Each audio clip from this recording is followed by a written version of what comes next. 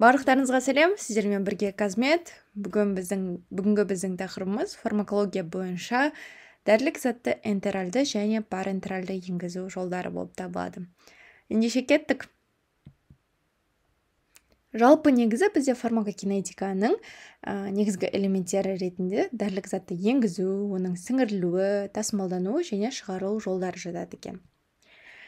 Ал дәрілік заттың ағзаға енгізілуінің екі жолы бар. Олар бізде энтеральды және де парентеральды енгізу жолдары. Енді оларға қазір міндетті түрде нақты тоқталып кетейік. Ең бірінші бізде энтеральды енгізу жолдары, яғни ол бізде ас қорыту жолдар арқылы жүргізіледі. Ең қарапайым әрі қазіргі таңда ыңғайлы жол болып табылады. Ол бізде ауыз, тіл асты, трансбукальды, өнекелі ішек, тікішек арқылы беріледі. Олардың арасында ең көп тараған барлығымыз білетіндей ол ауыз арқылы. Олар көбінесе бізде ішекте сіңеді, кейбір жағдайларда асқазанда. Себебі шышты қабығының сорылу беті үлкен және де қанмен жақсы қамтамасыз етілген. Негізінен сіңірілудің біз 5 түрін қарастырамыз ажыратып. Олар ең бірінші жасушаның мембранасы арқылы пассивті диффузия, жеңілдетілген диффузия, фильтрация, белсенді тасымал және де пиноцитоз. Енді осы дәрілік затты енгізу жолының кемшіліктеріне тоқталатын болсақ, ол дәрілік заттың сіңірілуі есептелген уақытқа сәйкес келмеуі мүмкін. Кейбір дәрілік заттар ішекте және бауырда адырғандықтан, ол дәрілік заттар белсенділігін жоғалтады. Асқазан, ішек сөлдерінің, өттің дәріге кері әсері дәрілік затты қанға жартылай ғана сіңеді, сондықтан да дозасын табу кейбір кезде қиынырақ болып келеді екен.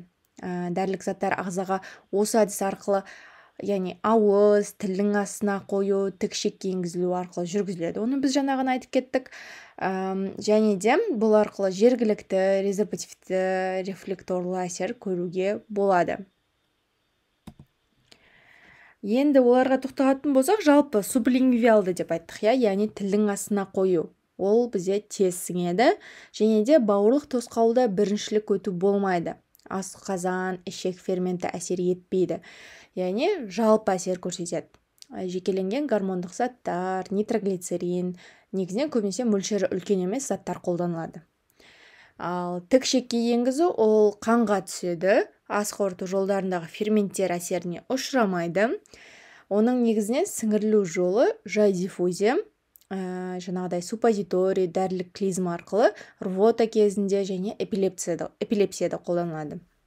Көбінесе барлығымыз білетіндей балауыздар, яғни свечи түрінде, яғни тікішектің шышты қабатының тітіркенуі болуы мүмкін.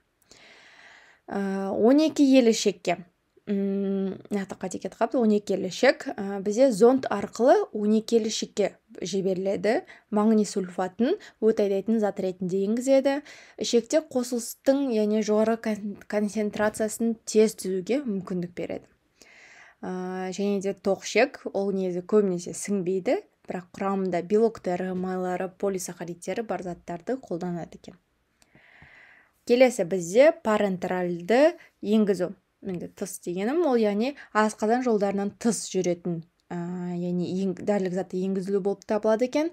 Жалпы бұл жерде теріге зиян келтіре отырып енгізу. Яғни ол бізде тері астына, бұлшық етке, көк тамырға, артерияға, құрсақ қуысына жаңағыдай енгізілетін жолдар болып табылады екен. Тағы да басқа.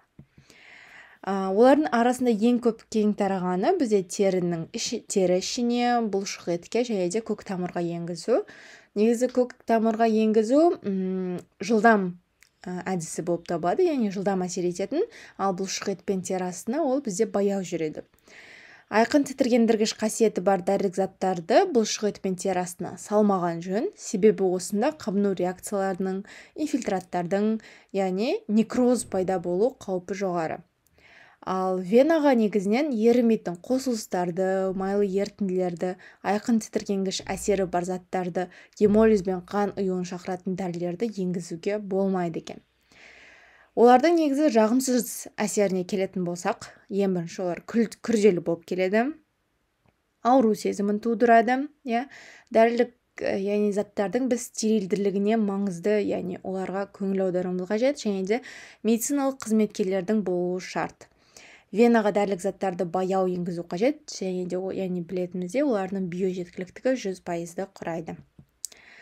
Енді артерияға енгізуге тоқталатын болсақ, ол бізде қанмен қамтамасыз етілетін жаңағыдай препараттардың жоғары концентрациясының жоғары болуына мүмкіндік береді. Яғни енгізілген препараттардың концентрациясының жоғары болуына. Ісіктерге қарсы препараттарды енгізу мүмкін осы жол арқылы. Көбінесе рентген контрасттық препараттар енгізіледі, себебі ісіктің, тромбтың орнын, тамырлардың тарылуын, аневризманы табу үшін жағдай жасайды екен. Келесі ингаляциялық жол газ тәрізді және ұшқыш заттарды енгізу үшін қолданылады. Өкпенің абсорбциялық аймағы кең болып келеді, сондай-ақ қанмен жақсы қамтамасыз етілетін болғандықтан дәрілік заттың сіңуі жылдам. Дәрілік заттың сіңуінде маңызды орын алады бізде осы тыныс алудың көлемі, тыныс алу жолдарының, альвеоланың белсенділік беті мен өткізгіштігі, қанда ерігіштігі, қан айналымының жылдамдығы міндетті түрде маңызды орын алады екен. Келесі бізде ми қабығының астына енгізу.